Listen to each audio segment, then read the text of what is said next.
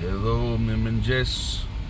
Është mëngjes këtu, ora 9 në mëngjes këtu në Amerikë.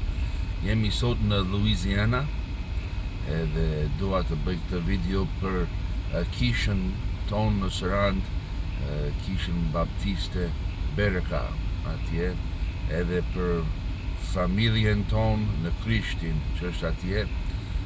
Kemi malë për ju të gjithë, na mungoni shumë edhe presim që pas një muaj, edhe pak një muaj edhe pak disa ditë do jemi përsëri atje midis jush. Amin. Lavdi Zotit. Jemi sot në Louisiana, është vap këtu shumë, jemi në kish, kemi qenë në shërbesat e kishës këtu në Louisiana, dhe lavdi Zotit që Perëndia na ka ndihmuar shumë në anën shpirtërore edhe në çdo pjesë të jetës, ai na ka ndihmuar shumë. Këtu në Louisiana ka alligator, amen. Alligatorët, por kemi shumë kujdes këtu, edhe sepse unë kam frikë nga alligatorët. Por megjithatë, dua të lexoj disa vargje për ju. Unë po studioj për veten time te libri i Eksodis, libri i dytë i Biblës, edhe është momenti kur Izraelitët janë në sklavëri, edhe në atë moment kur Perëndia është gati për t'i çliruar ata nga sklavëria në Egjipt. Edhe Perëndia ne dim, ai përdori Mojsiun si profetin e tij, ai përdori Mojsiun si njeriu i Perëndis për t'i çliruar njerëzit e tij nga sklavëria.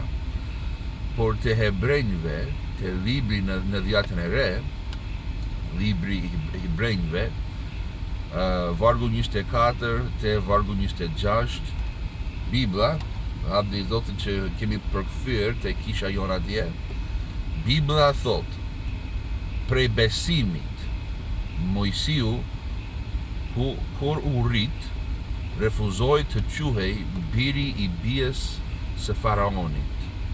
Ai refuzoi atë, sepse ne e dim histori kur Mojsiu lindi, jeta e tij ishte në rrezik për shkak të udhërit të Faraonit, që thot çdo fëmijë mashkull duhet të vritej, sepse ai kishte frikë nga izraelitët që jetuan në vendin e tij, që ata do të rriteshin edhe do të pushtonin Egjiptin.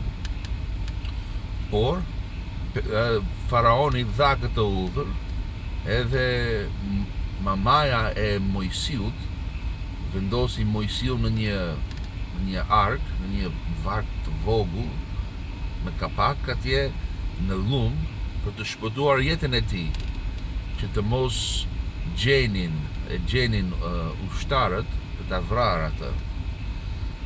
Por bia e Faraonit gjeti Mojsiun në lum atje, edhe ai u bë birin e saj. Edhe ai u rrit në shtëpinë e Faraonit.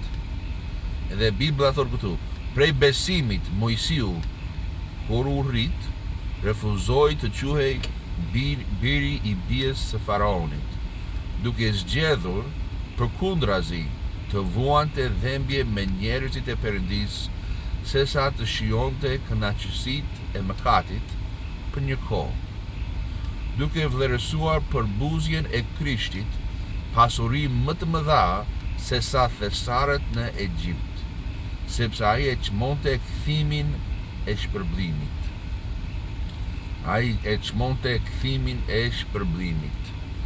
Edhe Mojsiu, pasi u rrit, ai pa njerëzit e tij, edhe kuptonte që izraelitët ishin njerëzit e tij, edhe ai zgjodhi të vuante bashkë me ta, se sa të ronte në satanet bashkë me faraonin, bashkë me bijën e faraonit, atje në palat.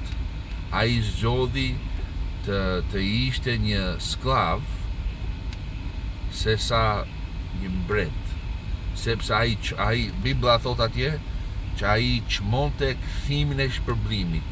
Ai kuptonte që mund të jetonte në atë kohë në pasuri, në luks, por kuptonte që në fundin e historisë, nëse zgjodhin atë rrugën e pasurisë, rrugën e të jetonte sipas epsheve, nëse zgjodhi atë rrugë, fundi i rrugës është në ferr. Ai zgjodhi të vuante me njerëzit e Perëndis, edhe pastaj rruga e tij përfundonte në parajs. Ai zgjodhi Krishtin edhe refuzoi Satanin. Edhe le të jetë njësoj me ne, amen. Le të zgjedhim Krishtin, të refuzojmë Satanin, të refuzojmë pasuritë e botës, të mos jetojmë për këto, do më thënë, të jetojmë për lavdinë e Perëndis. Edhe nëse ai na bekon, mirë. Nëse ai na jep diçka për të shijuar, edhe në këtë botë, ta shijojmë atë, një pasuri, diçka të tillë, por Perëndia i pari, Zoti i pari. Dhe më mirë të vuajmë me besimtar se sa të jetojmë në satanet bashkë me mëkatarët e botës, ata që nuk duan Zotin, ata që jetojnë kundër Perëndis. Amen. Dhe të jemi njësoj si Mojsiun. Amen. Ne ju duam shumë edhe mezi presim të jemi përsëri midis jush. Mirupafshim.